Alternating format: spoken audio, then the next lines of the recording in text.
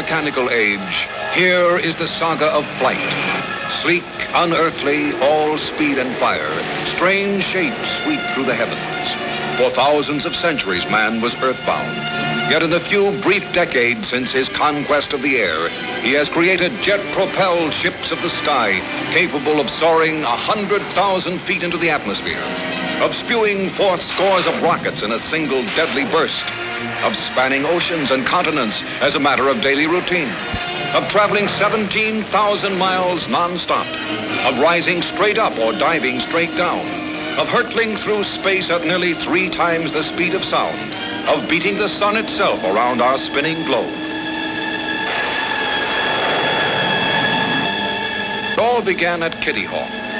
A monument marks the spot where in 1903, 2 brothers named Wilbur and Orville Wright made history's first powered flight. Their achievement stirred men's souls. And in the wake of the Wright brothers came the Wrong brothers.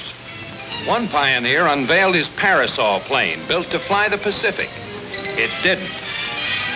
This Frenchman was content to pedal over Paris, but he could never quite raise the foot power.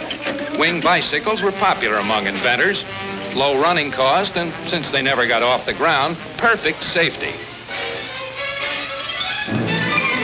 In California, a beer barrel plane made mouths water, and this in the days of Prohibition. The principle was logical enough. You rose by scooping up the air like a bucket scoops up water. The era of the flapper called forth the flapper plane. You turned the crank and the blades revolved like a giant electric fan. Maybe it didn't go anyplace, but it was cool, man, cool.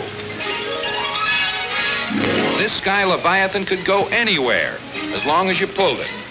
Though its paddle wheel wings revolved wildly, the Gray Goose was merely a homing pigeon destined to remain back in its own backyard.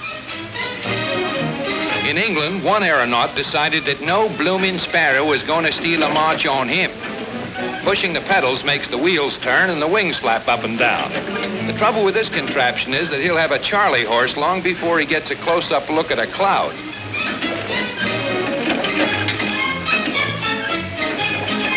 Poised precariously on a Connecticut bridge, this inventor might become an eagle, but he has a better chance of becoming an angel. His bat wing special needs just one accessory, a towel. Now, an awesome moment as the first rocket plane is fueled for a precedent-shattering flight. An asbestos-clad scientist lights the fuse, then runs for cover. There's no telling how far this revolutionary rocket ship may travel. Perhaps into outer space, perhaps to the very moon. With the first rocket mail, years later, science marches on. Vast improvements have been made on the early primitive rocket. And now... That's what happened to the letter you've been expecting. In Toledo, an inventive genius gets all juiced up to prove the hard way that every man can be his own rocket ship. And away we go. Rocket schmocket. Sam, you made the pants too hot.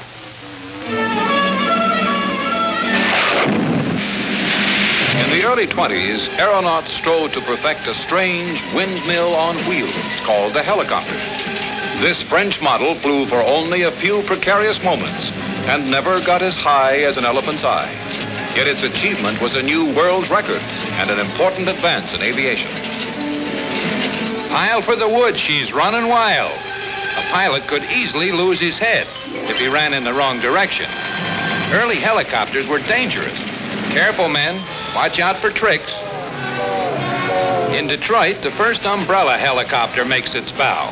As light as lead and cast iron could make her, this undergrown carousel was supposed to jump into the air. Try this on your next hangover.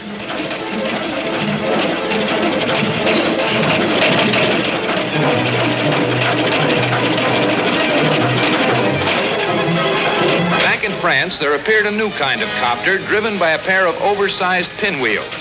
This aerial bucking bronco had the stability of an intoxicated chorus girl and required a ground crew skilled in the 100-yard dash.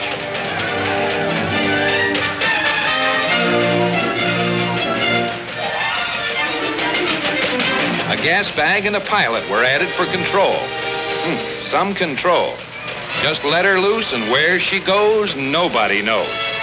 They called her the Flying Sausage, but to that perspiring ground crew, she was just a lot of baloney. This is how they got airsick back in 1921.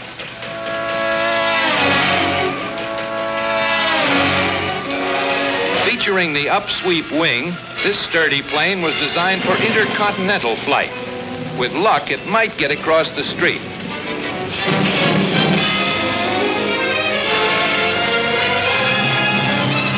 Here is the short story of the Seagull plane, which in the realm of flight was just successful enough to be a crashing failure.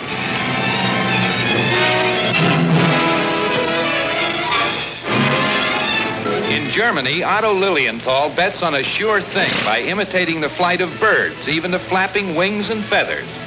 But when the swallows come back to Capistrano, Otto won't be along.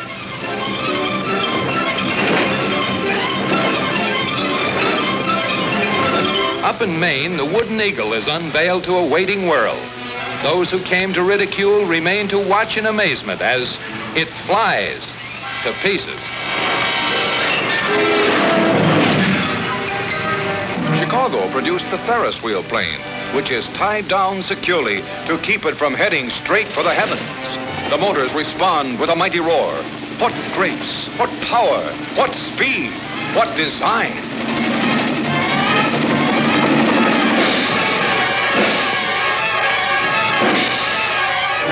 What a mess.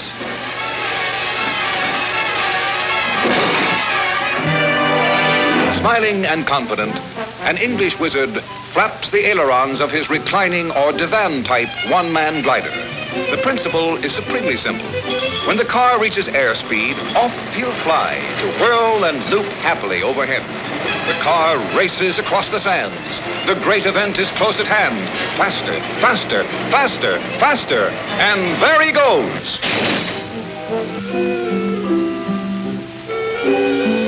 I suppose you might call that hop a flop. Mr. Sauvin of France has invented an absolutely safe glider. Mr. Sauvin believes in safety. Look at the spot he's picked to try it out. So long, Mr. Sauvin. Oh, well, guess it needs a few minor adjustments. This you'll have to see to believe. That glider's made of rubber, and in a moment you'll find out why.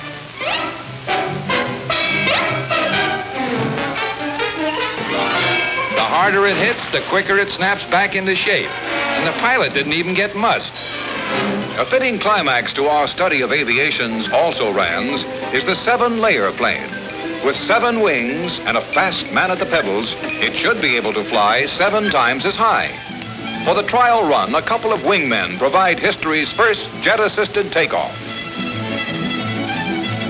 Now, the big moment.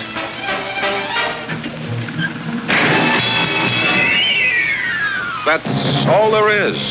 How could there be more?